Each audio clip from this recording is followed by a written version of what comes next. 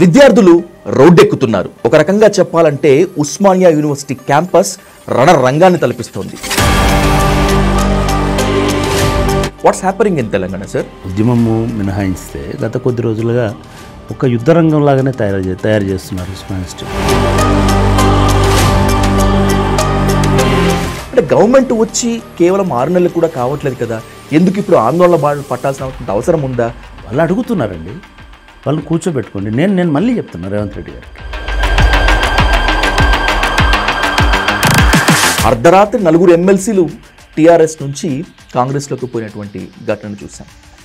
కొంతమంది సిగ్గుమాలిన నాయకులు కూడా ఉంటారు కాబట్టి వాళ్ళు ఆతృతతో దానం నాగేందర్ లాంటి మొన్నటి లోక్సభ ఎన్నికలు చూసినటువంటి తర్వాత బీజేపీ ఇక్కడ తిష్ట వేసింది అని చెప్పి డిసైడ్ అయ్యారు. ఇది ఇక్కడతో ఆగదు. మనం చంద్రబాబు నాయుడు జై తెలంగాణ అంటే ఆశ్చర్యపోతున్నాం. నేను రేవంత్ రెడ్డి జై తెలంగాణ అనకపోతే ఆశ్చర్యపోతున్నాను. బీజేపీ, టీడీపీ, జనసేన నిజంగానే వస్తే అంత బలహీనంగా ఉంటుందా తెలంగాణ? వాళ్ళు రాగానే పొలమనిపోయి జై చంద్రబాబు నాయుడు అంటారా? అనేవాళ్ళు ఉంటే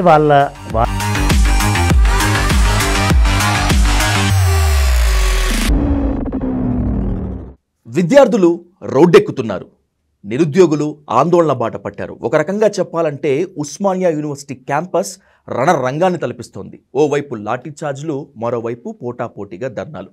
అసలు ప్రజాపాలన అని చెప్పుకున్నటువంటి తెలంగాణలో ఏం జరుగుతోంది అనేటువంటిది ఒక పెద్ద హాట్ టాపిక్ అయితే, ఓవైపు ఓ పార్టీ గుర్తు మీద గెలిచి ఇంకొక పార్టీ వైపు ఫిరాయింపులు ప్రజాస్వామ్యానికి తూట్లు పొడుస్తున్నాయా లేదా?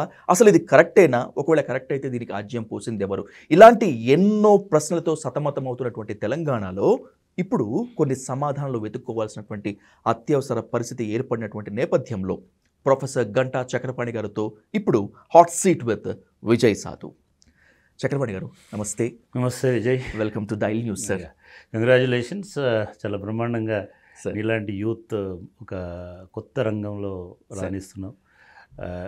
Definitely I congratulate you. Thank you. చాలా మంచి ఫీడ్బ్యాక్ కూడా ఉంది ఛానల్ పట్ల sir. Very good, thank you. ఎందుకంటే అది మీరు ఇచ్చినటువంటి ప్రోత్సాహమే సార్. మాకన్నా ముందు మీరు జర్నలిస్ట్గా ఉన్నారు, వివిధ హోదాల్లో పనిచేశారు, ఎక్కడా కూడా మీరు రెస్ట్ తీసుకోలేదు, ఇప్పటి వరకు పనిచేస్తూనే ఉన్నారు.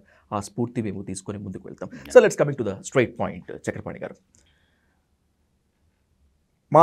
మాకు హామీలు ఇచ్చారు, ఈ హామీలు తీసుకెళ్లి తుంగలోకి తొక్కేశారు, మా గొంతు కోశారు అని చెప్పి ఓవైపు విద్యార్థులు, నిరుద్యోగులు రోడ్డెక్కుతున్నారు. సీఎం రేవంత్ రెడ్డి గారు మాట్లాడుతూ ఇది కోచింగ్ సెంటర్ల మాఫియా చేస్తున్నటువంటి ఆందోళన అంటూ విద్యార్థులను, నిరుద్యోగులను ఏకంగా టార్గెట్ చేసి మాట్లాడారు. దీని వెనకాల ఒక పొలిటికల్ పార్టీ ముందు నడిపిస్తుందని చెప్పి మాట్లాడుతున్నారు. ఏం జరుగుతుంది అసలు? ఉస్మానియా క్యాంపస్ చూస్తే ఆనాటి ఉద్యమ జ్ఞాపకాలు మళ్ళీ ఇప్పుడు గుర్తొస్తున్నాయి, రణరంగం అవుతుంది. Watts happening in Telangana sir? నిజానికి నేను ఇప్పటివరకు విద్యార్థులకు సంబంధించిన ఆందోళనల పట్ల, ముఖ్యంగా నిరుద్యోగులు గత కొన్ని రోజులుగా కాదు, అసలు నిరుద్యోగులు ఎన్నడూ శాంతియుతంగా, శాంతిపూర్వకంగా లేరు. ఎప్పుడు ఏదో ఒక ఆందోళనలోనే ఉన్నారు. బహుశా ఎన్నికల ప్రచారంలో బస్సు యాత్ర చేసిన సందర్భంలోనే కొంచెం ఉత్సాహంగా ఉన్నట్టున్నారు, కానీ ఆ తర్వాత నుంచి మళ్ళీ పాత కష్టాలు పీత కష్టాలాగా వాళ్ళ ముందుకు వచ్చేసినాయి. కాబట్టి ఇది నిజంగానే ఆందోళన కలిగిస్తున్నటువంటి అంశం. అంటే ఒక అభ్యర్థులకు, విద్యార్థులకే కాదు, ఒక 40 సంవత్సరాలు, 32 సంవత్సరాలు, 40 సంవత్సరాల నుంచి ఉస్మానియా యూనివర్సిటీతో అనుబంధం ఉండి 32 సంవత్సరాలు విద్యారంగంలో ఉన్నటువంటి మాలాంటి వాళ్ళకు కూడా ఇటువంటి వాతావరణం, ఇటువంటి పరిస్థితి నేనైతే గతంలో ఎన్నడూ చూడలేదు. అంటే నేను ఉస్మానియాలో చదువుతున్నటువంటి కాలంలో మా ప్రతి హాస్టల్లో, ప్రతి కాలేజీలో పోలీస్ క్యాంపులు ఉండేవి. అంటే విద్యార్థుల స్వేచ్ఛాపూరితంగా ఉండాల్సినటువంటి విశ్వవిద్యాలయంలో పోలీసు తుపాకుల మధ్య, పోలీసుల నిఘా మధ్య మేము చదువుకున్నటువంటి వాతావరణం 80s, 90sలో చూసినాం. ఇవాళ అప్పుడు యుద్ధం లేదు, కేవలం ఒక నిఘా ఉంది. ఆ నిఘా భయంలో ఒక జనరేషన్ చదువుకుంది. గత కొద్ది రోజులుగా ఉద్యమము మినహాయిస్తే గత కొద్ది రోజులుగా ఒక యుద్ధ రంగం లాగానే తయారు చేస్తున్నారు ఉస్మానియా యూనివర్సిటీని. ఒక్క ఉస్మానియా యూనివర్సిటీ కాదు, కాకతీయ యూనివర్సిటీ అని అదే పరిస్థితిలో ఉంది. ఓవరాల్గా విద్యార్థులంటే అసలు ఈ దేశ పౌరులు కాదేమో, విద్యార్థులకి వాళ్ళ వినతులను ఇచ్చేటువంటి స్వేచ్ఛ లేదేమో, లేదా అధికారంలో ఉన్న వాళ్ళతో మాట్లాడే అవకాశం ఉండకూడదేమో అన్నంత రీతిలో ప్రభుత్వాలు నిఘా పెడుతున్నాయి. ఇప్పుడు గత 3-4 రోజుల్లో నిజంగా కూడా నాకు చాలా ఆందోళన. మన తెలంగాణ ఉద్యమం టైంలో ఎట్లాగైతే అర్ధరాత్రి పోలీసులు వచ్చి దాడి చేస్తూ విద్యార్థులను భయభ్రాంతులకు గురి చేసినారు, అటువంటి వాతావరణం జరగడం కనిపించడం అనేటువంటిది చాలా చాలా చాలా గర్హించదగినటువంటి అంశం. ఇది ఆశించలేదు నిజానికి. డెఫినెట్గా గత ప్రభుత్వంలో కొంత అసంతృప్తి ఉండింది. గత ప్రభుత్వం పైన విద్యార్థులకు అసహనం ఉండింది, ప్రజలకు అసహనం ఉండింది. ఆ ప్రభుత్వాన్ని దింపేయడానికి చేసినటువంటి ప్రయత్నంలో భాగంగా రేవంత్ రెడ్డి గారు ఇదే ఉస్మానియాకి వచ్చి, రేవంత్ రెడ్డి గారు ఇదే విద్యార్థుల దగ్గరికి అశోక్ నగర్కి వెళ్ళి వాళ్ళ అభిమానాన్ని, వాళ్ళ ఆదరణను చూరగొన్నాడు. చూరగొనడమే కాకుండా ఆయన విజయానికి కూడా వాళ్ళు దోహదపడేటట్టుగా ఆయన ప్రణాళికలు చేసుకున్నారు. రాహుల్ గాంధీ గారే వెళ్ళారు. రాహుల్ గాంధీ గారు స్వయంగా వెళ్ళి ఆయన రాహుల్ గాంధీకి తెలుగులో కూడా ట్వీట్ రాసిచ్చి ఆయన ఆయన ఆయన విద్యార్థుల యొక్క అభిమానాన్ని చూరగొడం. అదే కాకుండా నాకు తెలిసిన చాలామంది మా విద్యార్థులు, నాకు పరిచయం ఉన్న మిత్రులు, విద్యార్థి సోదరులు కూడా బస్సు యాత్రలు చేసి గ్రామ గ్రామాన తిరిగి రేవంత్ రెడ్డి గారిని అధికారంలోకి తీసుకొచ్చారు. నేను రేవంత్ రెడ్డి గారు ఈ 3 రోజుల పరిణామాలు చూసినప్పుడు ఆయన విద్యార్థులతో కనీసం మాట్లాడాల్సి ఉండే అనుకున్నాను. ఎప్పుడైనా నీ విజయానికి పాల్పడిన వాళ్ళు, మీ విజయానికి తోడ్పడ్డ వాళ్ళు, గతంలో ఉన్న పాలనను, నిరంకుశమైనటువంటి పాలన అనేటువంటి అనుభవంలోంచి వచ్చి నిన్ను ఒక ప్రజాస్వామ్యవాదిగా నేను బయటికి తీసుకొస్తామని అనుకున్నారు. మీరు కూడా స్వయంగా హామీ ఇచ్చినారు, ఇది ఒక ప్రజాపాలన ఉంటుంది, కంచెలు ఉండవు, నిర్బంధాలు ఉండవు, స్వేచ్ఛ ఉంటుంది, ఈ మాటలు అని చెప్పారు కదా. నిజంగా కూడా ఈ ఆందోళనను అర్థం చేసుకోవడానికైనా సరే రేవంత్ రెడ్డి గారు ముఖాముఖిగా ఒక 10 మందినో 20 మందినో నలుగురునో విద్యార్థులను పిలుచుకొని అసలు మీ ఆవేదన ఏమిటి, మీ ఆందోళన. ఆఫ్టర్ ఆల్ గవర్నమెంట్ ఉండేది దానికోసమే.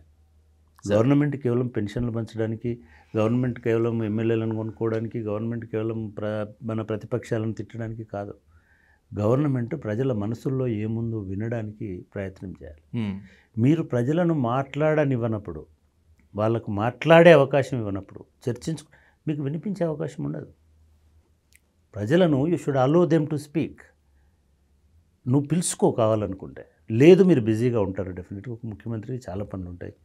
ఒక మంత్రిని డిప్యూట్ చేయి, ఒక మంత్రిని శ్రీధర్ బాబును, పొన్నం ప్రభాకర్ను, లేదా విద్యార్థులతోటి నెగోషియేట్ చేయగలిగేటువంటి జ్ఞానం ఉన్న వాళ్ళు ఎవరైనా, ఒక జీఓఎం గ్రూప్ ఆఫ్ మినిస్టర్స్, అంత కూడా అక్కర్లేదండి. పిల్లలు అంటే తెలంగాణ విద్యార్థులు ఎంత అల్ప సంతోషులు అంటే, లేదా ఎంత ఇదిగా ఉంటారంటే మీరు ఎవరు అక్కర్లేదు.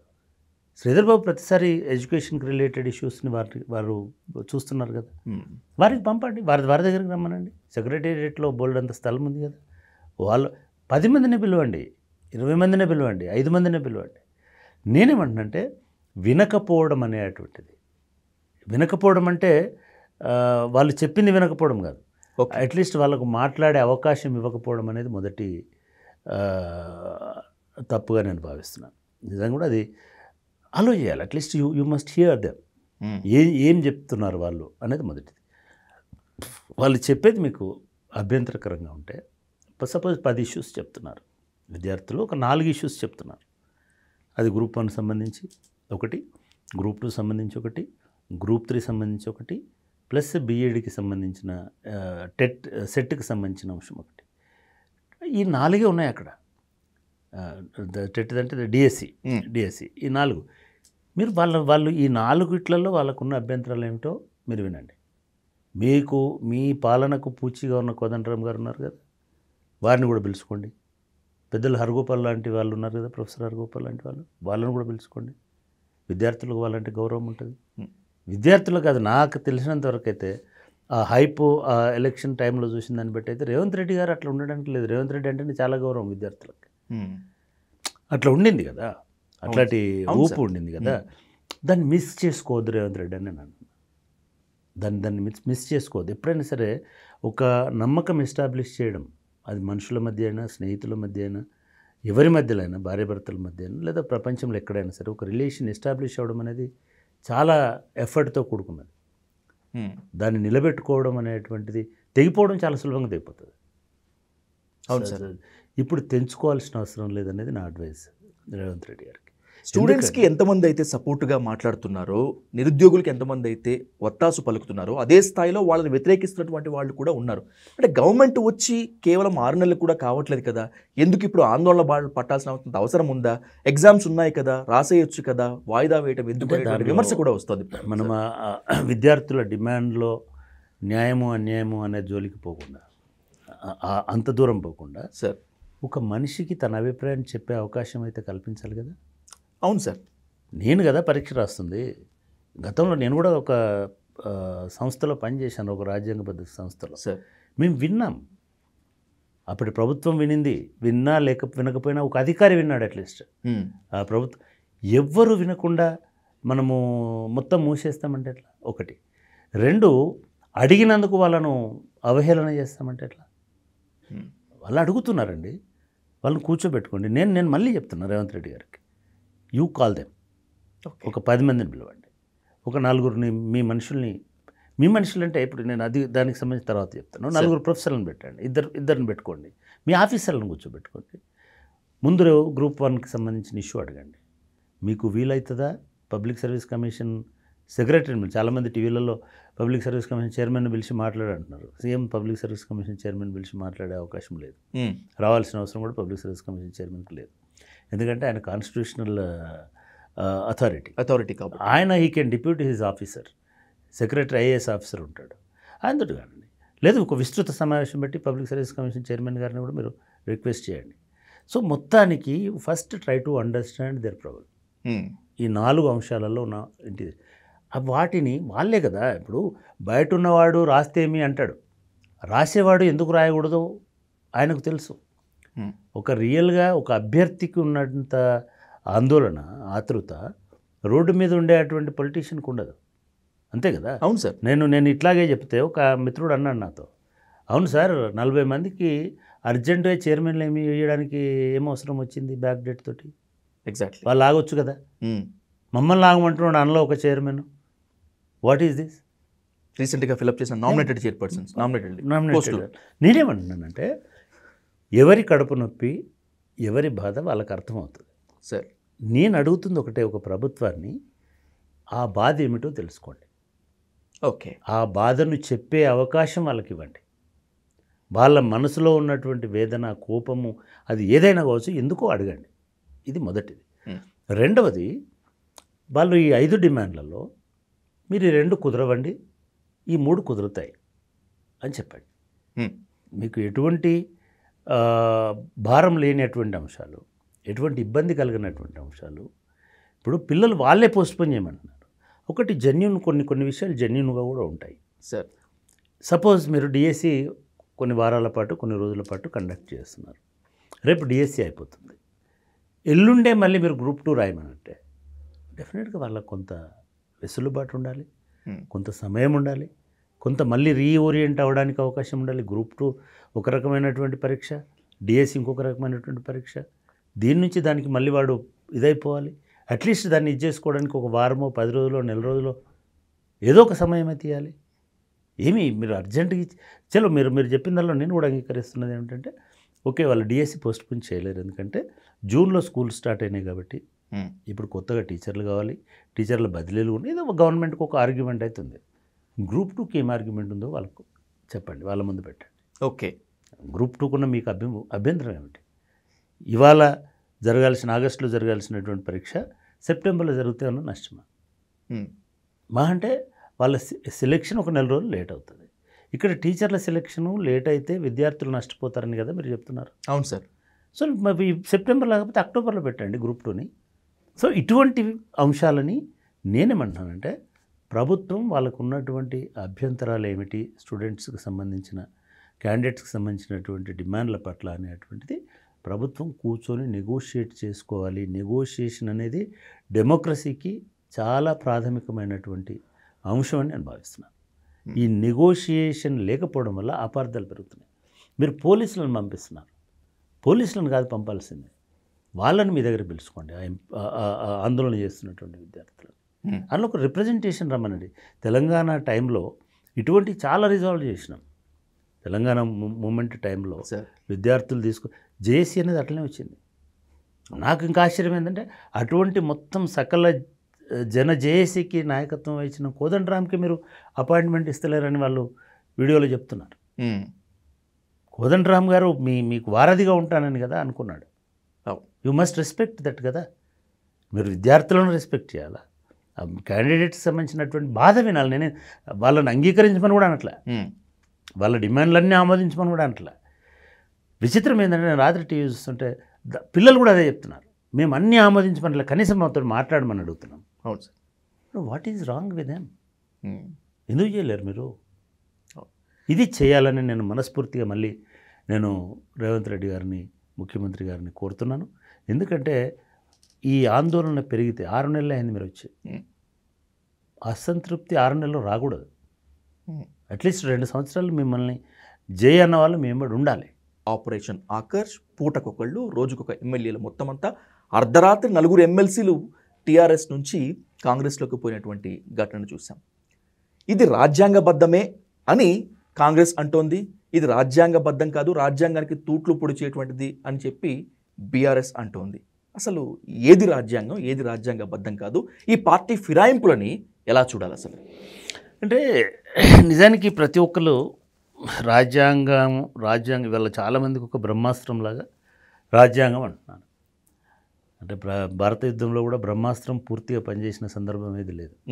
అట్లే భారతదేశంలో కూడా రాజ్యాంగం పూర్తిగా పనిచేసిన సందర్భం కూడా లేదు.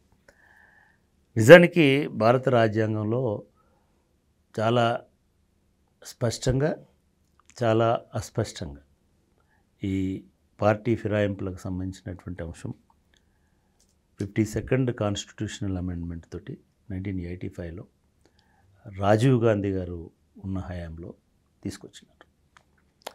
మన రాజ్యాంగంలో లేటర్ వర్షన్గా వచ్చినటువంటి సవరణలన్నీ కూడా అఫ్కోర్స్ దీన్ని 10th షెడ్యూల్లో కూడా పెట్టినారు. It is very important. అంటే ఒకటి పార్లమెంటు చట్టం చేసింది, ఆ పార్లమెంటు చట్టాన్ని 10th షెడ్యూల్లో కూడా దాన్ని పార్ట్గా చేసినారు. దానిలో ఏముంటుందంటే మీరు మూకుమ్మడిగా పోతే పర్వాలేదు. నేను ఈ మధ్య ఒక ఛానల్లో కూడా చెప్పాను సార్, షేర్ ఖాన్ ఒక్కొక్కరిని పంపకు, 100 మందిని ఒకటేసారి పంపు అని కరెక్ట్గా ఆ రాజ్యాంగ సవరణ అది చెప్తుంది. ఓకే, మీరు 2/3 majority of your party, your group or your ఇది దానికెళ్ళి 2/3 కనుక వస్తే మీకు అది వర్తించదు. అంటే మనం రాజ్యాంగాన్ని గత 70 సంవత్సరాల నుంచి ఏం చేస్తున్నామంటే మనకు అవసరమైన మేరకు చదువుకుంటున్నాం. మన అవసరం అసలు మనం చదవట్లే, ప్రజలు మీరు నేను రాజ్యాంగాన్ని చదవట్లే, మనకు రాజ్యాంగం అవసరం లేదనుకుంటున్నాం. రాజకీయ నాయకులు వాళ్ళ అసెంబ్లీలో పార్లమెంట్లో మాట్లాడేటప్పుడు ఏదో మాట్లాడాలి కాబట్టి వాళ్ళకు రాజ్యాంగాన్ని చదువుతున్నారు. ఆ రాజ్యాంగాన్ని ఒక పార్ట్ చదువుకుంటున్నారు, వాళ్ళకి ఏదైతే ఫేవరబుల్ పార్టో ఆ పార్ట్ చదువుతున్నారు. సపోజ్ మనం ఇందాక అనుకున్నట్టుగా ఇది రాజ్యాంగబద్ధమా రాజ్యాంగ విరుద్ధమా అంటే సింపుల్గా చెప్పాలంటే ఒక్కడు పోతే రాజ్యాంగ విరుద్ధం. Okay sir. 30 మందిలోకి వెళ్ళి ఒక్కడే పోతే రాజ్యాంగ విరుద్ధం. 30 మందిలోకి పోతే 30 మంది నుంచి 20 మంది పోతే రాజ్యాంగబద్ధం. ఇక్కడి వరకు చెప్తున్నారు. కాబట్టి 20 మంది వచ్చేదాకా ఒక్కొక్కడు కాదు షేర్ ఖాన్ 20 మందిని పంపించు అని, ఒక్కొక్కడు కాదు కేసీఆర్ అని నేను మాట్లాడుతున్నాడు. తెలుసుకున్నప్పుడల్లా 6గురిని దశల వారీగా తీసుకుంటున్నాడు. అది కూడా రాజ్యాంగ విరుద్ధమే. గతంలో కేసీఆర్ ఒక్కొక్కరుగా తీసుకొని మూకుమ్మడిగా అందరికి ఒకటే రోజు కండువాలు కప్పినాడు. ఆయన కూడా 6 నెలల పాటు ఒకళ్ళని తీసుకున్నాడు. కానీ అప్పుడు ఆయన కండువాలు కప్పలే. ఇప్పుడు మనకేమో చాలా కొంతమంది సిగ్గుమాలైన నాయకులు కూడా ఉంటారు కాబట్టి వాళ్ళు ఆతృతతో దానం నాగేందర్ లాంటి వాడు కండువా కప్పుకొని మళ్ళీ ఎన్నికలు కూడా పోటీ చేసి అట్లాంటి దాన్ని రాజ్యాంగబద్ధం అని అనలేము. కానీ కేసీఆర్ చేసినప్పుడు కూడా ఇట్లా ఆ 20 మంది జమ అయ్యేదాకా, అంతకుముందు 10 మంది జమ అయ్యేదాకా ఆయన కూడా ఇదే పద్ధతిలో టీడీపీని విలీనం చేసుకున్నాడు. ఆ టీడీపీలో విలీనం చేసుకున్నప్పుడు వచ్చినటువంటి వాళ్ళు మళ్ళీ ఇప్పుడు పోతున్నారు. ఆ తర్వాత కాంగ్రెస్ పార్టీ లెజిస్లేచర్ పార్టీని కూడా ఆయన విలీనం చేసుకున్నాడు. ఇది కేసీఆర్ మొదలుపెట్టిండా అంటే అంతకుముందు రాజశేఖర్ రెడ్డి గారు తెలంగాణ ఉద్యమం ఉధృతంగా జరుగుతున్నటువంటి సమయంలో వీళ్ళ వైపు నుంచి 18 మందో 20 మందో అసెంబ్లీలో గెలిస్తే దాని నుంచి 10 మందిని ఒకటే రోజు తీసేసుకున్నాడు. ఎగ్జాక్ట్లీ ఒకటే రోజు తీసేసుకున్నాడు. వాళ్ళందరికీ కండువాలు కప్పేసినాడు ఆయన. అంటే ఇవాళ రేవంత్ రెడ్డి తప్పు అని అంటే నిన్న కేసీఆర్ తప్పు, నిన్న కేసీఆర్ తప్పు అని అంటే మొన్న రాజశేఖర రెడ్డి తప్పు. ఇది రాజశేఖర రెడ్డి మొదలుపెట్టిండా అని అంటే దేశమంతటా ప్రతి చోట 1985 కాన్స్టిట్యూషనల్ అమెండ్మెంట్ తర్వాత నుంచి ప్రతి చోట జరుగుతున్నది ఇదే. మీకు మహారాష్ట్రలో జరిగింది అదే, మీకు గోవాలో జరిగింది అదే, మీకు బీహార్లో జరిగింది అదే, మీకు మధ్యప్రదేశ్లో జరిగింది అదే. 13 రాష్ట్రాలలో భారతీయ జనతా పార్టీ వచ్చిన తర్వాత అన్ని చోట్ల ఇదే జరిగింది. చట్టం ఉండంగా కూడా ప్రతి ఒక్కరు ఇది చట్ట విరుద్ధం అని చెప్తారు, రాజ్యాంగ విరుద్ధం అని చెప్తారు. రాజ్యాంగ విరుద్ధంగానే ప్రభుత్వాలు పరిపాలిస్తున్నాయి. పోనీ ఇది చట్టంతో ఏమైనా మార్పు వచ్చిందా? మొదటి నుంచి ఇవాళ కాదు, 1964, 65, 67 నుంచి హర్యానా లాంటి చోట, మధ్యప్రదేశ్ లాంటి చోట, ప్రతి రాష్ట్రంలో, గుజరాత్ లాంటి చోట, ప్రతి రాష్ట్రంలో ఇటువంటి పద్ధతిలోనే ప్రభుత్వాలు ఏర్పడుతున్నాయి. ఇటువంటి రాజ్యాంగ విరుద్ధమైనటువంటి మనకు చాలామంది ఆయారాం గయారాం అంటే తెలియదు సార్. 67 ఎలక్షన్లో గయాలాల్ అనేటువంటి ఒక ఎమ్మెల్యే గెలిచినాడు సార్ రాజస్థాన్లో. ఆయన హర్యానాలో. ఆయన ఆ గయాలాల్ మార్నింగ్ 8 o'clock బయలుదేరి కాంగ్రెస్ పార్టీకి రాజీనామా చేసి, అప్పుడు ఒక యునైటెడ్ ఫ్రంట్ అని ఒక పార్టీ ఉండే సార్, లెఫ్ట్ వింగ్ రిలేటెడ్, దానిలో చేరినాడు. చేరి లంచ్ చేసి అక్కడి నుంచి బయలుదేరి సాయంత్రం 4 గంటలకు మళ్ళీ ఇంకో పార్టీలో చేరినాడు. ఆ నుంచి బయలుదేరి మళ్ళీ రాత్రి పొద్దుగుకే లోపల వచ్చి మళ్ళీ కాంగ్రెస్ పార్టీలో చేరాడు.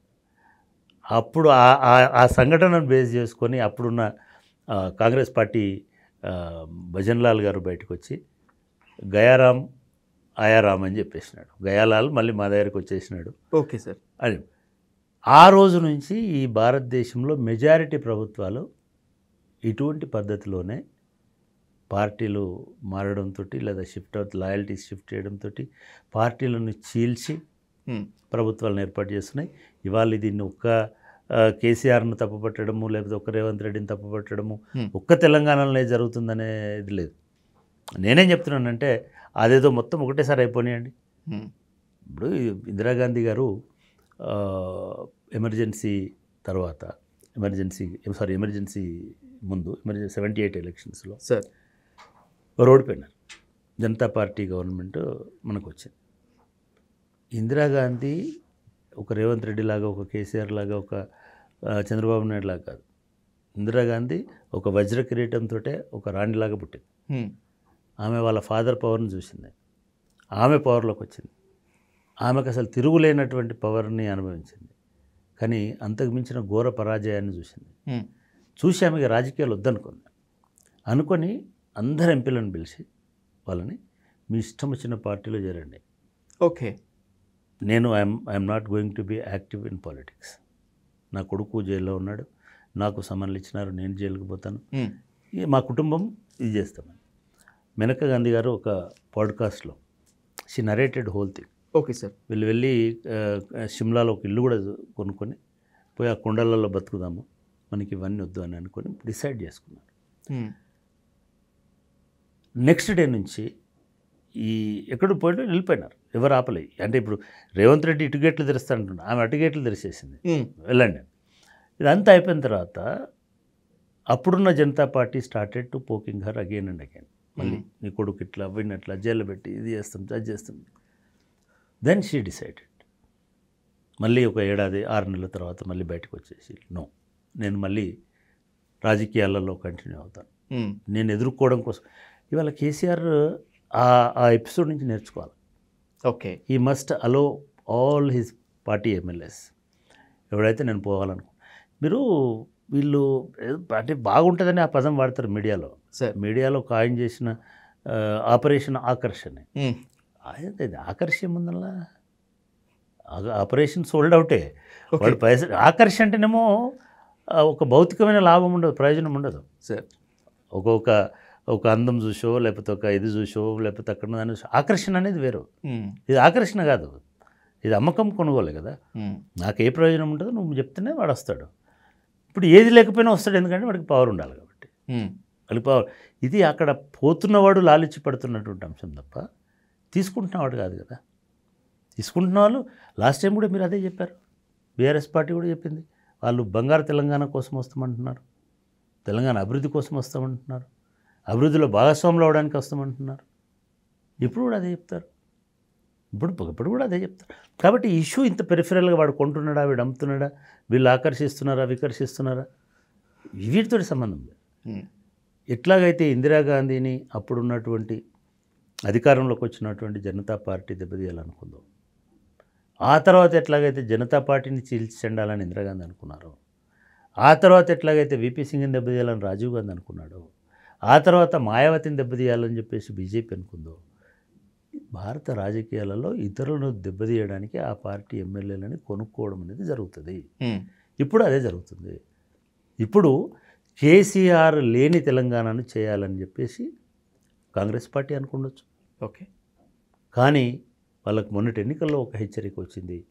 మీరు తెలంగాణ రాజకీయ రంగం నుంచి కేసీఆర్ లేకుండా చేస్తే అతిపెద్ద పార్టీగా భారతీయ జనతా పార్టీ అవతరించే ప్రమాదం. మొన్నటి లోక్సభ ఎన్నికలు చూసినటువంటి తర్వాత బీజేపీ ఇక్కడ తిష్ట వేసింది అని చెప్పి డిసైడ్ అయ్యారు. ఇది ఇక్కడతో ఆగదు, మున్ముందు చెరువులో గుర్రపు డెక్క ఎట్లయితే పోతుందో అట్లా కూడా పోద్దని చెప్పి చాలామంది మాట్లాడుతూ ఉన్నారు సార్.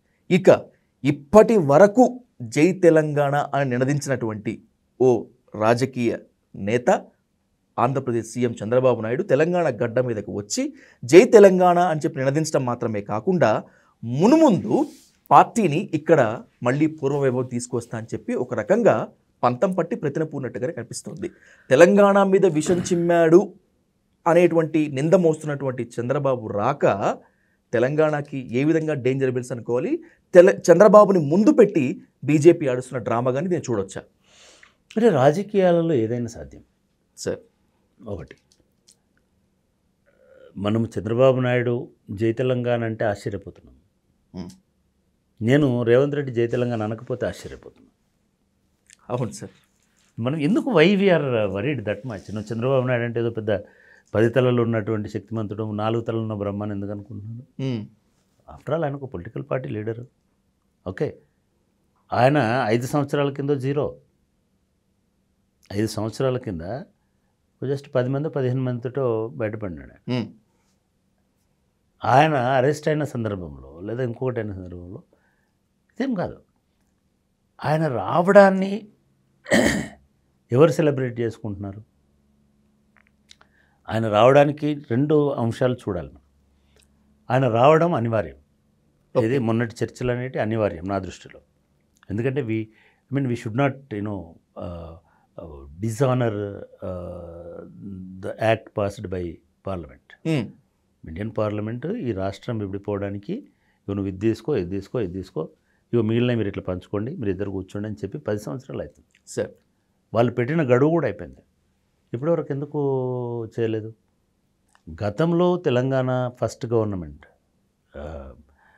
కేసీఆర్ 1.0 టైంలో పారిపోయినాడు చంద్రబాబు నాయుడు. ఎవ్వరు పొమ్మన్లే. మలాటి వాళ్ళము మూమెంట్ టైంలో సార్ అపోజ్ చేసినాం ఉమ్మడి రాజధానికి. బట్ పార్లమెంట్ ఇచ్చిన తర్వాత ఎవరు వద్దనలే, వాళ్ళ సెక్రటేరియట్లో వాళ్ళు పని చేసుకోవచ్చు అనుకున్నాం. మరి ఆ రోజు ఆ 5 సంవత్సరాలలో ఎప్పుడు కూడా కేసీఆర్ తోటి ఆయన చర్చలు జరుపుతామని అనలేదు. కేసీఆర్ కూడా పోయిందిలే అనుకున్నాడు బహుశా, ఆయన కూడా చర్చలు జరుపుతానని అనలేదు. తర్వాత జగన్ వచ్చినాడు. జగన్ కూడా ఇట్లాగే ఒకసారి వచ్చారు, కూర్చున్నారు, చేశారు. కానీ మళ్ళీ తర్వాత జగన్ ఆసక్తి చూపించలే, కేసీఆర్ కూడా ఆసక్తి చూపించలే. చాలామంది పాయింట్అవుట్ చేస్తున్నారు. నేను ఈ మధ్య ట్వీట్లలో అక్కడిక్కడ పెడుతుంటే కూడా ట్రోలింగ్ చేస్తున్నారు. అప్పుడేం చేసినారు, ఇప్పుడేం చేసినారు. అవును సార్. కేసీఆర్ ఎందుకు నా ఇంట్లో కొంత భాగం నీకు కావాల్సి వచ్చినప్పుడు, ఓకే, నువ్వు అడగనప్పుడు నేనెందుకు అడుగుతా? సరే, నీకు అవసరం లేదేమో, అడగాల్సిన వాళ్ళే కదా అడగాలి. నీకు అవసరం లేదేమో సార్. అవును. ఇప్పుడు ఇక్కడున్న వాటి గురించి కదా పంచాయతీ. అవును సార్. విభజన హామీలు కూడా కాదు, అది విభజన అంశాలలో ఈ షెడ్యూల్ 10, షెడ్యూల్ 9 ఈ 2 చోట్ల అన్నిటి హెడ్ క్వార్టర్ హైదరాబాద్లో ఉంది. ఒక 10-20 తప్ప హైదరాబాద్లోనే ఉన్నాయని. వాళ్ళని ఏం చెప్పినారు? 58% మీరు తీసుకుపోండి మూవబుల్ అసెట్స్ని, ఎంప్లాయీస్ని, మిగతా వాటిని అని చెప్పినారు. సరే, ఎంప్లాయీస్ వెళ్ళిపోయే చోట ఉండేవాళ్ళు ఇంకున్నారు. ఇక్కడ అసెట్స్ అంటే ఏముంటాయి? మూవబుల్ అసెట్స్ అంటే ఒక ఆఫీస్లో, మీ ఆఫీస్లో మూవబుల్ అసెట్స్ అంటే ఆ ఫ్యాన్ ఉంది, ఈ రాడ్ ఉంది, ఉమ్. ఆ కెమెరా ఉంది, 2 చైర్లు. అంతే సార్. దీన్ని ఎవరు వాళ్ళు పంచుకొని పోవాలి. నువ్వు పంచుకోలేదు 10 ఏళ్ళు. ఉమ్. మీ ముఖ్యమంత్రులు ఎవరు ఇప్పుడు చంద్రబాబు నాయుడు రాసినట్టు రాయలేదు లెటరు. చంద్రబాబు నాయుడు రాయలేదు, తర్వాత జగన్ రాయలేదు. మీ అధికారులు కూడా వచ్చేసి ఇవన్నీ మనం డివైడ్ చేసుకుందాం అని చెప్పలేదు. నువ్వు ఎందుకు కేసీఆర్ను బదనాం చేస్తావా, అట్లా ఎందుకు చేయలేదని జగన్ని చంద్రబాబు నాయుడుని బదనాం చేస్తావా? ఎవరికైతే అవసరం ఉందో వాళ్ళు అడగాలి, ఖచ్చితంగా యు తీసుకోవాలి. All right. ఇవాళ చంద్రబాబు నాయుడు తనకు అనుకూలమైనటువంటి ప్రభుత్వం ఇక్కడ ఉంది కాబట్టి, though there are different forums, antagonistic forces, sir. BJP versus Congress ఇప్పుడు ఉంది. చంద్రబాబు నాయుడు, నేను చంద్రబాబు నాయుడు గవర్నమెంట్ కూడా అనుకోవట్లేదు. ఢిల్లీలో చంద్రబాబు నాయుడు బీజేపీ, ఏపీలో బీజేపీ అంటే చంద్రబాబు నాయుడు. సార్. సో ఇప్పుడు ఆయనకు ఉన్నటువంటి గుడ్ విల్ ఏంటంటే రేవంత్ రెడ్డి. రేవంత్ రెడ్డికి ఆయనకేమీ ఘర్షణ లేదు. అందరూ ఇట్లా కంక్లూజన్కి వచ్చేసారు. గురు శిష్యులను కూడా రాఘవేంద్రరావు అనే ఒక ట్వీట్ పెట్టాడు. బూత్ సినిమాలు తీస్తుంటాడు చూడు ఆయన అయితే ఒక ట్వీటే పెట్టినాడు. మీరు వచ్చేస్తేనే మాకు జీవితం వస్తుంది, మీరే ఈ సృష్టిని తయారు చేసినారు, ఈ సృష్టిలో మేము స్టూడియోలు కట్టుకొని బతుకుతున్నామని ఆయన ఏదో ట్వీట్ చేసిన. సార్. దానికి ఇంకోడెవడో అంత పడినాడు. ఇటువంటిది అనవసరంగా ఆపాదించినారు రేవంత్ రెడ్డికి అని నేను అనుకుంటున్నాను. Okay sir. అట్లాగే ఇటువంటిది అనవసరంగా చంద్రబాబు నాయుడు కూడా ఆపాదించారు అనుకుంటున్నాను. అంటే బయట ఇప్పుడున్న రాజకీయ భాషలో నాకు అట్టడి భాష ఉండదు, కానీ ఉబ్బాగనోళ్ళు ఉంటారు కదా. అవును సార్. వాళ్ళు ఏదో చంద్రబాబు నాయుడు దండెత్తి ఇప్పుడే కొత్తగా కల్కి అవతారం ఎత్తి ఈ భూమి మీద ఒక 800 సంవత్సరాల ముందే వస్తున్నాడు అన్న స్థాయిలో ఈ సోషల్ మీడియాలో ఒక హైప్ క్రియేట్ చేస్తారు. సోషల్ మీడియాలో కాదు, మన ఆఫీస్కి మీ ఆఫీస్కి వచ్చే రోడ్ల మీద పసుపు రంగులు గత పైన ఒక పార్టీ, ఆ పార్టీ నాయకుడు వచ్చినాడు, అందరూ ఏమనుకుంటున్నారంటే ఇప్పుడే దిగినాడు ఆయన అనుకుంటున్నారు.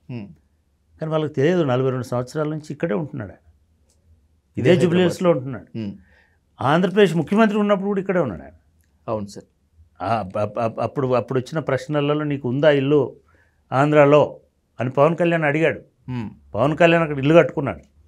ఆ ఇల్లు కట్టుకున్న రోజు చంద్రబాబు నాయుడు ఇల్లు ఎక్కడుంది, జూబ్లీహిల్స్లో ఉంది అని అడిగినాడు. అరే నా ఇంటికి నేను వస్తుంటే ఇన్ని తోరణాలు ఎందుకు కట్టినారు? కొత్తగా రావట్లేదు కదా, రోజు వస్తూ పోతూనే ఉన్నాను నేను ఆ దారిలో.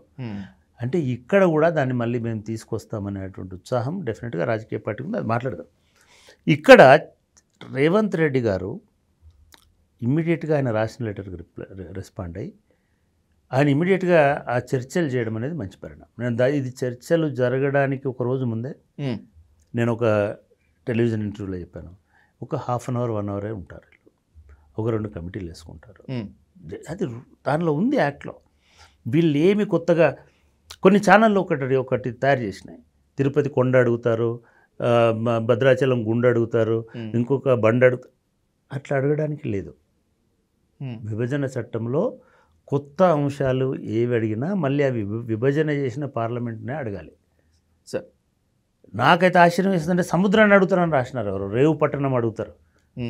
కాంగ్రెస్ అఫీషియల్గా రిలీజ్ చేసినటువంటి ఒక పోస్టర్లోనే రేవంత్ రెడ్డి పిక్ వేసి ఉంది సార్. ఇదంతా ప్రాబ్లం ఏమవుతుంది కాంగ్రెస్ పార్టీలో అంటే సార్, ఏది అఫీషియలో ఏది కాదో తెలియదు.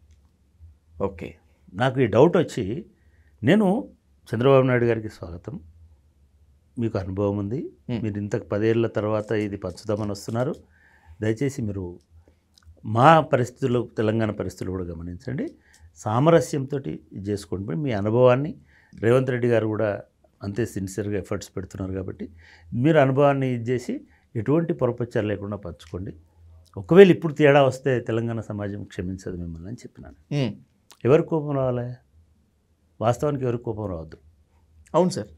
నేను 30 ఏళ్ళ నుంచి మూమెంట్లో ఉన్నోడిగా చెప్పినాను నేను. అవును. ఎవడి కోపం వచ్చింది? ఏదో కాంగ్రెస్ అధికార ట్విట్టర్ ఖాతాకు కోపం వచ్చింది. నాకు ఆశ్చర్యం వేసింది. వాళ్ళు నన్ను ట్యాగ్ చేసి ఇది చేసి మీరు కేసీఆర్కి చెప్పండి అని. What is this? కేసీఆర్కి నేను ఎందుకు చెప్పాలా? ఇవాళ నువ్వు గవర్నమెంట్లో నీకు చెప్తున్నా, నేను చెప్పినప్పుడు నేను చెప్పిన, విన్నోడు చెప్పినప్పుడు విన్నోడు చెడిపోయినాడు, అయిపోయింది ప్రజల పక్కన. ఇవాళ నువ్వు అధికారంలో ఉన్నావు కాబట్టి నీకు చెప్తున్నా. అవును సార్. చెప్పడం నా బాధ్యత. నేను ఉట్టిగా చెప్పి వదిలేస్తాను కూడా కాదు, నువ్వు వినేదాకా చెప్తా, నీకు వినిపించేదాకా చెప్తా నేను అని. అంటే ఇటు వీళ్ళు ఇంకొకరు అయితే ఇక్కడ వీళ్ళు ఏం చేసినారంటే అఫీషియల్గా గవర్నమెంట్ నుంచి నేను వెరిఫై చేశాను సార్. అది జిఐడి పొలిటికలా లేదా ఇంకొక చోట ఎక్కడి నుంచి ఈ ప్రతిపాదన రాలేదు. ఓకే. అటువంటి పేపర్స్ కూడా ప్రిపేర్ కాలేదు. అసలు అట్లా సాధ్యం కాదు. అవును సార్. నేను ఇప్పుడు కొత్తగా కాదండి, తెలంగాణ ఉద్యమం కోసం మేము బొంబాయి ఎట్లా విభజించబడింది, బొంబాయి కట్టిందంతా గుజరాతీ స్టేట్లు, కానీ అది మహారాష్ట్రలో ఉంది. అవును సార్. మహారాష్ట్రలో ఉన్న గుజరాత్ని అప్పుడు గుజరాత్ మహారాష్ట్ర విడిపోతున్నప్పుడు పెద్ద ఆందోళన ఇట్లా జరిగింది సార్. అంబేద్కర్ గారు ఒక అద్భుతమైన చాప్టర్ రాసినారు, దాని మీద ఒక ఆర్టికల్ రాసినారు. వాళ్ళు ఏమన్నారంటే, మీరు నిర్మించి ఉండొచ్చు, మీరు వచ్చి ఉండొచ్చు, కానీ మీరు టెనెంట్స్గానే ఉన్నారు ఇక్కడ. ఈ భూభాగం అనేటువంటిది మహారాష్ట్రలో భాగం, దీన్ని అడిగే హక్కు లేదు మీకు. ఒకవేళ అడిగితే ప్రతిదానికి మీరు రెంట్ కట్టాల్సి వస్తుంది. ఓకే. మీ పాలు మీరు తెచ్చుకోవాల్సి వస్తుంది, మీ కూరగాయలు మీరు తెచ్చుకోవాల్సి వస్తుంది, రోడ్లు వాడుతున్నందుకు కట్టాల్సి వస్తుంది. ఇట్లా చాలా ఇష్యూస్ని చెప్పినాడు. రెండవది, అట్లా ఇద్దరు ముఖ్యమంత్రులు కూర్చొని మీ యాదగిరిగుట్ట మాకు, మా తిరుపతి వెంకన్నగుట్ట మీకు ఇస్తాం అనుకునేంత తేలికగా ఉండదు భారతదేశంలో భూభాగం పాయింట్. దానిలో ఒక పాయింట్ ఉంటుంది ఆర్టికల్ 3లో. సార్, ఒక రాష్ట్ర సరిహద్దు మార్చాలన్నా, ఒక 6 ఇంచులు సరిహద్దు మార్చాలన్నా కూడా పార్లమెంటే చేయాలి. కాబట్టి ఇది జరగదు అని చెప్పాను. ఇట్లా ఉండదు, ఇదంతా బోగస్. ఇది ఇట్లాంటి హైప్ క్రియేట్ చేస్తున్నాయి. మరి హ్యాండిల్స్ చేస్తున్నాయా, అవి ఆఫీసులు చేస్తున్నాయా, కాంగ్రెస్ పార్టీ ఆఫీసులు చేస్తున్నాయా? నేనైతే సీఎంఓ చేస్తున్నాను అనుకోవట్లే, నేనైతే సెక్రటేరియట్ చేస్తున్నాను అనుకోవట్లే. ఎందుకంటే సెక్రటేరియట్కి తెలుసు బిజినెస్ రూల్స్, పార్లమెంట్ ఏ చట్టం అయితే చెప్పిందో ఆ అంశాలు డిస్కస్ చేయాలి. రెండవది, ఈ అవసరాలని ఇద్దరు స్టేట్లు కనుక కూర్చొని రేపు మాకు 5 గ్రామాలు కావాలి, మాకు 7 మండలాలు కావాలి, ముంపు మండలాలు 7 మాకు కావాలి అంటే ముంపు మండలాలు ఆస్తిలాగా చూస్తున్నారు వీళ్ళు సార్, ఆత్మగౌరవంలాగా చూస్తున్నారు. అది కూడా కాదు. నాకు కొన్ని వేల మంది విద్యార్థులు కాంటాక్ట్లో ఉన్నారు, వేలు, నేను ఊరికే వందలు కూడా అనట్లే. Okay sir. నేను మన అరుణ్ సాగర్ అని మా మిత్రుడు, ఆయన వర్ధంతికి నేను ఎవ్రీ ఇయర్ వెళ్తాను సార్. లాస్ట్ ఇయర్ వాళ్ళు ఆ ముంపు ప్రాంతాల్లో పెట్టినారు. అనేక మంది వచ్చినారు పిల్లలు. వాళ్ళందరికీ అప్పటికి ఏపీకి నాన్ లోకల్ అయినారు వాళ్ళు.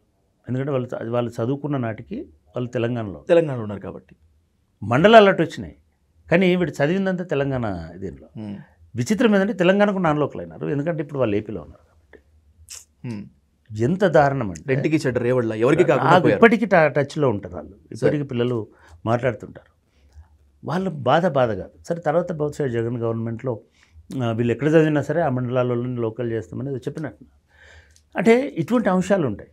కానీ ఇప్పుడు చాలామంది ఇటు రావాలనేటువంటి ఆసక్తి, మేము తెలంగాణ వాళ్ళం అనే ఫీలింగ్లో ఉన్నారు. సరే, ఫీలింగ్స్ వదిలేద్దాం. ఇప్పుడు ఏంది ప్రాక్టికల్గా మనకి 5 గ్రామాలు కావాలని చెప్పినారు. 5 గ్రామాలు కూడా ఎందుకంటే భద్రాచలం భూములని రాముని మాన్యాలన్నాడు, మిగతా అనొచ్చు ఉన్నాయి కాబట్టి. ఇప్పుడు వీళ్ళిద్దరు కూర్చొని సంతకం చేసుకొని నువ్వు తీసుకుంటే చెల్లదు. ఇది వాళ్ళ అసెంబ్లీ నుంచో లేదా వాళ్ళ గవర్నమెంట్ నుంచో ఒక ప్రపోజల్ హోమ్ మినిస్ట్రీకి వెళ్ళాలి, మన దగ్గర నుంచి హోమ్ మినిస్ట్రీకి వెళ్ళాలి. మేమిద్దరం అంగీకరిస్తున్నామని చెప్పిన తర్వాత హోమ్ మినిస్ట్రీ మళ్ళీ పార్లమెంట్లో బిల్లు రూపంలో పెట్టి ఇగో ఈ 5 గ్రామాలను మేము అటు ఇచ్చేస్తున్నాం. ఎందుకంటే ఇద్దరికి ఏకాభిప్రాయం ఉంది, జెన్యున్గా వీళ్ళకు అవసరం ఉంది కాబట్టి, కారణం ఉంది. ఇవేవి పట్టించుకోకుండా ఒక సెక్షన్ ఇక్కడ మళ్ళీ కాంగ్రెస్ పార్టీ, మళ్ళీ తెలుగుదేశం పార్టీ రాబోతుంది అనేటువంటి ఒక ప్రచారాన్ని చేసింది. దానికి అనుగుణంగానే చంద్రబాబు నాయుడు నెక్స్ట్ డే వరకు ఆయన కూడా ఈ స్ట్రాటజీ ఉంది, దానికోసం చర్చలకు వచ్చిందని నేను అనుకోను. ఏ విషయానికి ఆ విషయమే ఉంటుంది.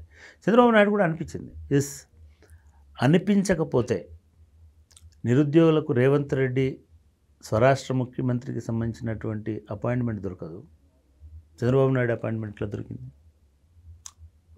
ఎట్లా పోయినాడు ఆయన? చంద్రబాబు నాయుడు దగ్గరికి ఎట్లా పోగలిగినారు వీళ్ళు? ఎట్లా వాళ్ళు చంద్రబాబు నాయుడు వాళ్ళతో మాట్లాడగలిగినారు? జనరల్గా ఒక రాష్ట్రం సమస్యని ఇంకో రాష్ట్ర ముఖ్యమంత్రి మాట్లాడు. అవును సార్. మనం భారతీయ సమస్యని ఉక్రెయిన్లోనో రష్యాలోనో ఉన్నాడు ఇప్పుడు ఉన్న మోడీ, రష్యాలో ఉన్నాడు. అక్కడ ఇంకో పాకిస్తాన్ ప్రైమ్ మినిస్టర్ ఉన్నాడు అనుకోండి, ఎవరైనా పోయి అత్రాస్లో ఇట్లా జరిగింది అని పాకిస్తాన్ ప్రైమ్ మినిస్టర్ని అడిగారు, ఇండియన్ ప్రైమ్ మినిస్టర్ని అడుగుతారు. అది యాక్సెస్ లేదు. కానీ మీరు చెప్పినట్టు చంద్రబాబు నాయుడు క్లెయిమ్ చేసుకోవాలనుకుంటున్నాడు, ఇక్కడ కూడా రావాలనుకుంటున్నాడు. You are right. బీజేపీ కూడా దానికి ఇదే అక్కర్లేదండి. పవన్ కళ్యాణ్కి కొండగట్ట ఆంజనేయ స్వామి అంటే భక్తి. ఆయన వచ్చినాడు, భక్తితో వచ్చినప్పుడు భక్తితో వెళ్ళిపోయినాడు. కానీ అక్కడ పోయినాక ఏం మాట్లాడినాడు? రాబోయేటువంటి ఎన్నికల్లో నన్ను అక్కడికి కూడా రమ్మంటున్నారు, మేము అక్కడికి కూడా పోటీ చేస్తాము. డెఫినెట్గా పవన్ కళ్యాణ్, చంద్రబాబు నాయుడు కలిసి ఇక్కడ బీజేపీని బలోపేతం చేయడానికి మోడీ వాళ్ళిద్దరిని వాడుకుంటాడు. అటువంటి కూటమి రేపు రాబోయే గ్రామ పంచాయతీ ఎలక్షన్స్ నుంచే స్టార్ట్ అవుతుంది.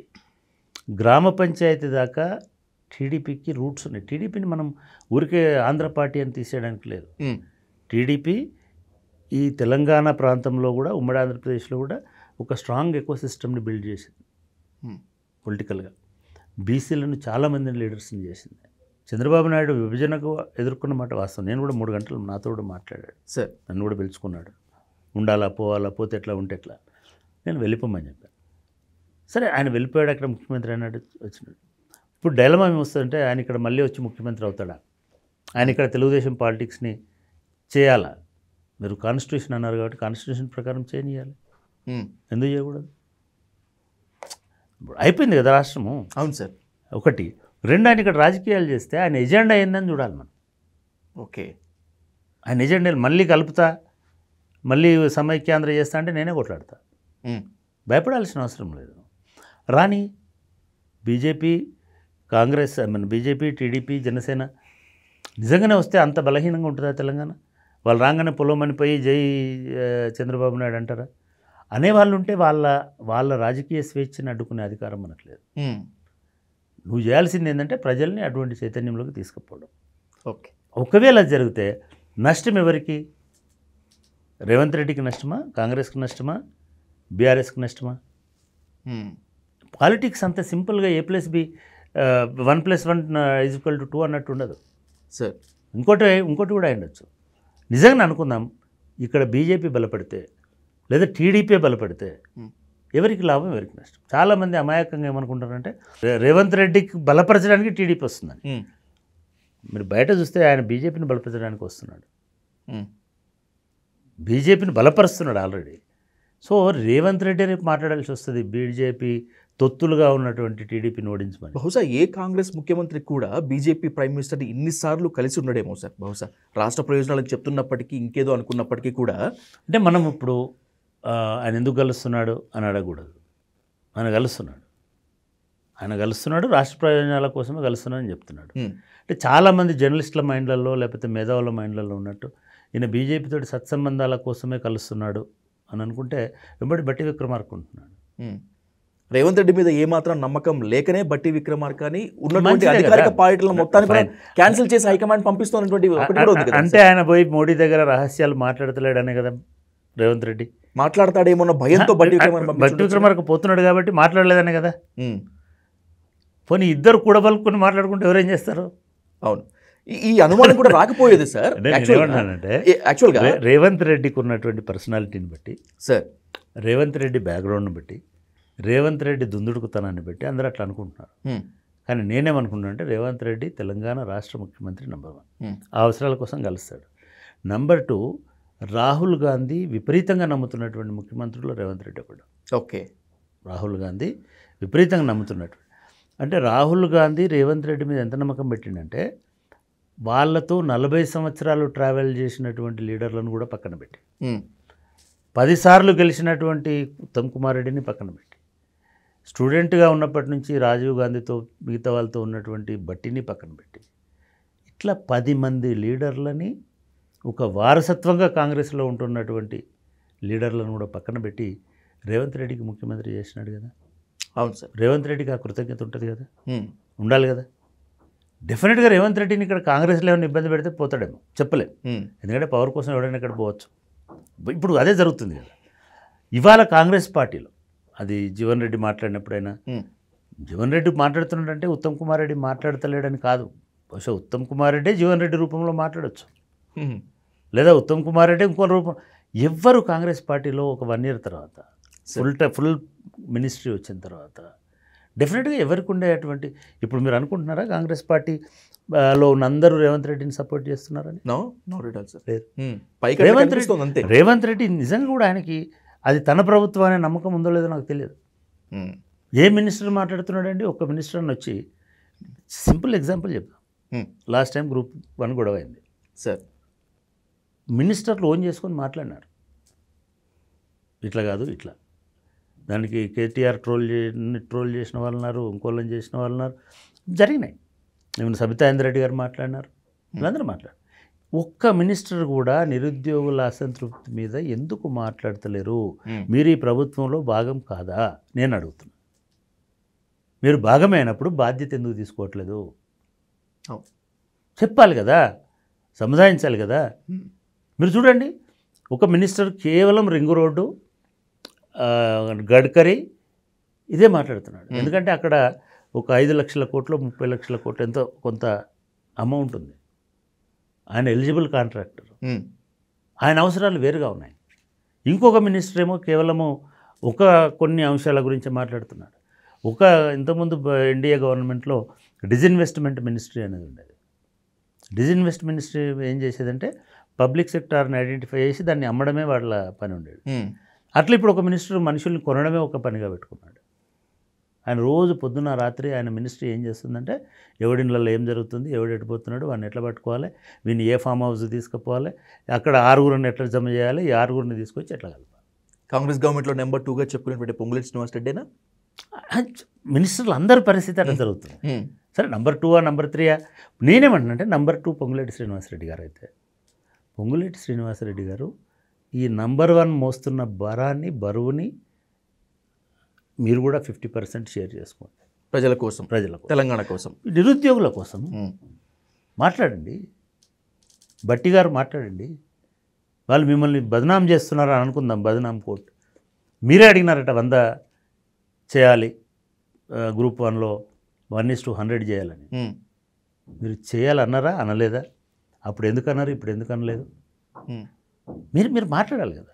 ఇవన్నీ కాకపోయినా మినిస్టర్లు వచ్చి ఒక 3 మినిస్టర్లు మిగతా సందర్భాలలో మీరు కలిసినట్టే కలిసి మీరు ఆందోళన చెందొద్దు, మేము ముఖ్యమంత్రి దృష్టికి తీసుకెళ్తాము అని మాట్లాడాలి కదా. అవును సార్. అంటే ఇంతమంది మినిస్టర్లు చుట్టున్నప్పటికీ కూడా ఏ ఒక్కరన్నా రేవంత్ రెడ్డిని మా ముఖ్యమంత్రి అని ఓన్ చేసుకుంటున్నారా అనేది నా అనుమానం. నా అనుమానం. ఓకే, ఇది ఎంతసేపు ఇది నట్లా నడుస్తుంటుంది. మిగతా వాళ్ళు దాన్ని ఇది చేసుకుంటూ పోతుంటారు.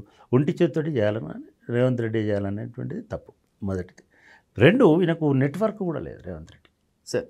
అడ్మినిస్ట్రేటివ్ నెట్వర్క్ అనేది, సీఎం అంటే మనిషి కాదండి. CM is a network. CM అనేది ఒక సిస్టమ్. నేను పొలిటికల్ సైన్స్లో పొలిటికల్ సిస్టంలో సీఎం అనేది ఒక రోల్. Okay sir. కళ్ళు, చెవులు, మైండ్, వెన్నెముక ఇవన్నీ పనిచేయాలి. దీనికి ఒక భారీ నెట్వర్క్ ఉండాలి, బ్యాక్ ఎండ్ ఆఫీస్ ఉండాలి. మీరు ఎవరినైనా సరే మీరే సంతకం పెట్టక్కర్లే, మీ దగ్గర ఒక సెక్రటరీ ఇనిషియేటివ్ తీసుకోవాలి, వీళ్ళని వేయాలి. సార్ గవర్నమెంట్ అనేది 24/7.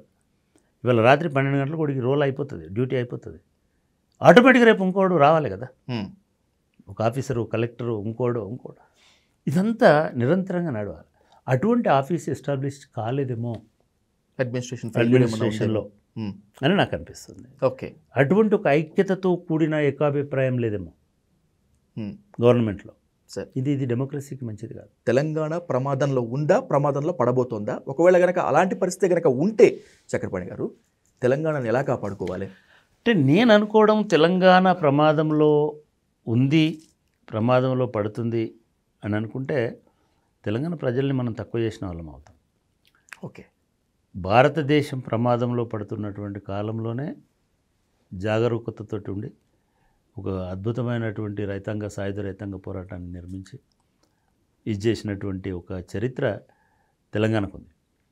తెలంగాణ ప్రజలు కూడా అత్యంత ప్రమాదకరమైనటువంటి పరిస్థితులలో కూడా ఎదురొట్టి నిలబడినటువంటి, అసలు తెలంగాణ ఏర్పాటు అనేది ప్రశ్నార్థకం నిజానికి. ఎందుకంటే నాకు తెలిసి నేను సోషల్ మూమెంట్స్ కూడా టీచ్ చేస్తుంటాను సార్. భారతదేశంలో ఎమర్జెన్సీ తర్వాత ఏ ఒక్క ప్రజా ఉద్యమం కూడా సక్సెస్ కాలేదు. Okay, Indian state is totally dictatorship ఉన్నటువంటి స్టేట్. ఏ ఒక్క ప్రజా ఉద్యమాన్ని కూడా గౌరవించలేదు. అది దళిత ఉద్యమాలు అయి ఉండొచ్చు, రైతాంగ ఉద్యమాలు అయి ఉండొచ్చు, ఆదివాసీ ఉద్యమాలు అయి ఉండొచ్చు, లేదా నక్సలైట్ ఉద్యమాలు అయి ఉండొచ్చు, లేదా ఏదైనా సరే అయి ఉండొచ్చు.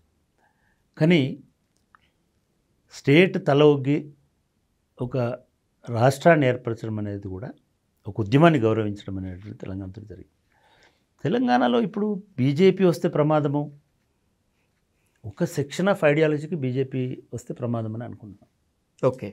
తెలంగాణ ప్రజలు బీజేపీని కూడా గెలిపించినారు.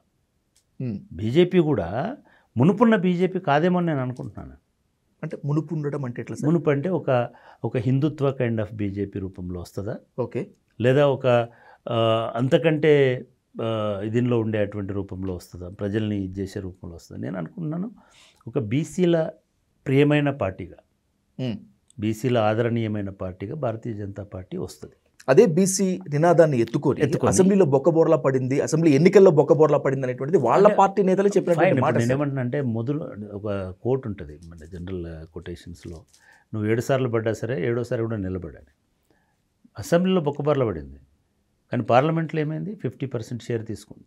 అవును సార్, 50% షేర్. లేటర్ జరిగింది పార్లమెంట్ ఎలక్షన్ కదా, వాళ్ళకి ఇప్పుడు కాన్ఫిడెన్స్ ఉంది, ఓకే మేము వస్తామని. నేనేమనుకుంటున్నానంటే బండి సంజయ్ లాంటి లీడర్షిప్ను, కిషన్ రెడ్డి లాంటి లీడర్షిప్ను కాకుండా ఈటెల రాజేందర్ లాంటి లీడర్షిప్ తోటి బీజేపీ వస్తుంది. బీసీలకు సంబంధించిన మాట్లాడడం, పాతుకుపోయే దిశగా ఇక్కడ అధికారం చేపట్టే వచ్చే అవకాశం ఉంటుందేమో. ఓకే. రెండవది, బీసీలు కూడా, పాత బీసీ లీడర్లు కూడా టీడీపీ ద్వారా బీజేపీకి అనుకూలంగా పోలరైజ్ అవుతారేమో అనేటువంటిది నా రీడింగ్. ఆరోగ్యం సహకరిస్తే దేవేందర్ గౌడ్ కూడా రావడానికి స్కోప్ ఉంటుంది. ఓకే. బీజేపీకి టీడీపీకి ఉన్న దీనిలో అంటే ఇదొక ఎక్స్పెరిమెంట్ జరుగుతుంది. రాజకీయాలలో ఏం జరుగుతుందంటే మనం ఊహించలేము ఏం జరుగుతుంది సార్. రాహుల్ గాంధీ యాత్ర చేసినప్పుడు ఎవరు అనుకోలేదు రాహుల్ గాంధీ ఒక పప్పులాగా ఉన్నటువంటి మనిషి రేపు గడగడలాడించేటువంటి ఒక ప్రతిపక్ష నాయకుడు అవుతాడని చాలామంది అనుకోలేదు. రేపు ఎమర్జ్ అవుతుంది నాయకత్వం అట్లా. కాబట్టి ఒకవేళ అనుకుందాం బీజేపీ బలపడింది, టీడీపీ కూడా దాన్ని బలపరిచింది, జనసేన దానికి ఇంకా తీసుకుపోయింది, అయినా సరే బీజేపీ ఒక బీసీలో ఇప్పుడు మనకు జరిగిన ఎలక్షన్లో తెలిసిన పద్ధతి చూస్తే కూడా ప్రజల అంగీకారము ఆమోదం లేకుండా ఏ పార్టీ గెలవదు. అవును sir. Already 50% of Telangana accepted Bharatiya Janata party as their representative కదా. అవును సార్. దానిలో 50% బీసీలు గెలిచినారు అనుకుందాం, అట్లా ప్రొజెక్ట్ చేసినారు అనుకుందాం.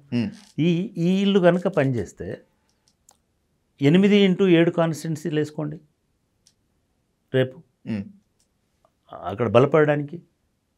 అంటే దాదాపు 50% కాన్స్టిట్యున్సీస్ అసెంబ్లీలో కూడా వాళ్ళకి వస్తాయి కదా. అంటే రాజకీయాలు ఇంత ఆర్థమెటికల్గా ఉండవు.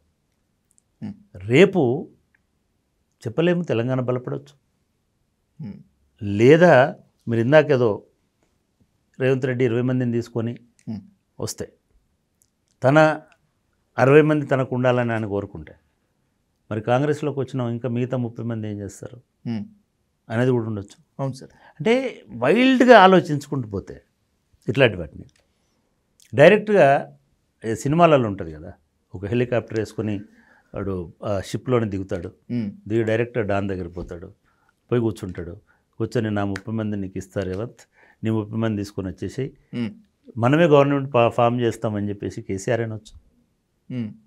అంతే సార్. రాజకీయాలు జరగదని చెప్పి ఎవరు అనలేదు. ఎందుకు జరగదనుకుంటున్నారు? అవును. ఎందుకు జరగాలని అంటున్నానంటే, ఎందుకు జరుగుతుందని జరిగే ఆస్కారం ఉందంటున్నానంటే, ఇది తెలంగాణకు ప్రమాదము ఏర్పడినప్పుడు తెలంగాణ సమాజం ఎవడు తెలంగాణ వైపు ఉంటాడో వాడి వైపు ఉంటుంది తప్ప, మేము వచ్చి అందరం వచ్చి తెలంగాణ అస్తిత్వాన్ని కకలావికలం చేసేస్తాం, మేము ఎవరినో తీసుకొచ్చి రాజాసింగ్ని చీఫ్ మినిస్టర్ చేస్తామంటే ఎవడు ఊరుకోడు. ఓకే, అట్లాంటి పరిస్థితి ఉండదు. అట్లాంటి టైంలో చాలామంది ప్రజలు డిమాండ్ చేయొచ్చు, మీరు తెలంగాణ మూమెంట్లో ప్రజలు డిమాండ్ చేసిన మీరు ఇద్దరు కలవండి, మీరు ముగ్గురు కలవండి, అదే టీడీపీలో ఉన్న తెలంగాణలోనూ నాగం జనార్దన్ రెడ్డిని మీరు కలవండి వీళ్ళతో అని చెప్పిన. అవును సార్. రేపు ఫ్యూచర్లో అట్లా జరుగుతుంది. నేనేమంటున్నా అంటే ప్రజలు శక్తివంతులు, ఎప్పుడైనా ప్రజలు బలవంతులు, ప్రజలు వ్యూహకర్తలు. డెఫినెట్గా అటువంటి ప్రజలకు చైతన్యం అందించేటువంటి పౌర సమాజం కూడా ఉంది. రేవంత్ రెడ్డిని గెలిపించింది పౌర సమాజం కూడా, కేసీఆర్ను ఓడించింది పౌర సమాజం కూడా. గైడ్ చేసిన రేపు ఈ పౌర సమాజం రేపు జవాబుదారీ అవుతుంది కదా. ఖచ్చితంగా. వాళ్ళని అడుగుతున్నారు కదా ఇప్పుడు. ఉమ్, ఇప్పుడు మొన్న ఏదో ఛానల్కి వెళ్తే కోదండ గారిని ఇంకోరిని అడుగుతున్నారు కదా, మీరే కదా పుచ్చిపడ్డారు. ఉమ్, రేపు ఇదే పౌర సమాజము మళ్ళీ ప్రజల వైపు మాట్లాడడానికి లేదా అటువంటి తెలంగాణ ఆత్మ నిలబెట్టడానికి, అంటే ఎప్పుడు కూడా సమాజంలో ఒక మనిషితోటి చరిత్ర అంతం కాదు, ఓకే. ఒక పార్టీతోటి చరిత్ర అంతం కాదు. డెఫినెట్గా ఇంకొక పునరపి జననం నడుస్తూనే ఉంటుంది, అది కంటిన్యూస్గా. ఉమ్, ఎందుకంటే అటువంటి చైతన్యశీలమైనటువంటి సమాజం తెలంగాణలో ఉంది కాబట్టి రాజకీయాలలో ఏది ఇప్పుడు తెలంగాణ రాజకీయాలు ఇప్పుడున్న స్టేజ్లో మీరు ఎవ్వరు ఊహించలేరు 1 year తర్వాత ఏమవుద్దు. 1 year తర్వాత నేను చెప్పినట్టుగా బీఆర్ఎస్ రేవంత్ రెడ్డి గవర్నమెంట్ ఏర్పడ్డా కూడా ఉమ్, ఆశ్చర్యపోవాల్సిన అవసరం లేదు. డెఫినెట్గా నేను అనుకుంటాను వాళ్ళకు కూడా పొలిటికల్గా అవసరాలు ఉంటాయి. ఉమ్, మనం నేను ఎందుకు అన్నాను నెక్స్ట్ ఇయర్ దాకా ఏమవుతుందో తెలియదని, సరే. మనం ఊహించలేము. ఇప్పుడు టీడీపీ బీజేపీ జనసేనకు నాయకత్వం వహించేదే బీఆర్ఎస్ అయితే ఉమ్, రేపు చెప్పలేం కదండి సార్ మీరు అన్నట్లుగానే. అనుకుందాం. ఎవరు అంటున్నారు కదా, రేవంత్ రెడ్డి గారు అన్నారు కదా, ఉమ్, మోడీ దగ్గర పోయినారు మాట్లాడినారు, అది సక్సెస్ అయింది అనుకోండి, వీళ్ళ 30 మంది ఎక్కడికి పోరు కదా. పోరు సార్. కానీ మీ దగ్గరికి వెళ్ళి 10 మంది 20 మంది మళ్ళీ వెనక్కి వచ్చే ప్రమాదం కూడా ఉంటుంది కదా కొన్ని రోజుల తర్వాత. మీరు ఇందాక చెప్పినట్టు నీ వర్గం నాది అంటే మిగతా వర్గం ఎవరిది? అవును, ఇంకెవరిదో అయి ఉంటుందిగా. అయి ఉంటుంది కదా. అవును సార్. అంటే రాజకీయాలలో ఎట్లుంటుందంటే అవుట్ రైట్గా నిజంగానే ఇట్లా జరిగి ఇదే పద్ధతిలో పోతుంటే అని పాపం ఆయన మినిస్టర్స్ని పెంచుకోవాలి, ఫుల్ టైం వీళ్ళని పెట్టుకోవాలి, ఇంకోటి చేయాలి. సరే ఇది పొంతన కుదరకపోతే ఏ ఒక్కరు 20 మంది తీసుకొచ్చినప్పుడు ఆల్టర్నేటివ్ గవర్నమెంట్ ఉంటుంది కదా. వాళ్ళ ఫస్ట్ టార్గెట్ నేను అనుకోవడం ఈ 30 మందిని కాపాడుకోవడం. Okay sir. ఈ 30 మందిని తమ వైపులో ఉంచుకొని కాపాడుకుంటేనే రేపు వాళ్ళకి భవిష్యత్తు ఉంటుంది.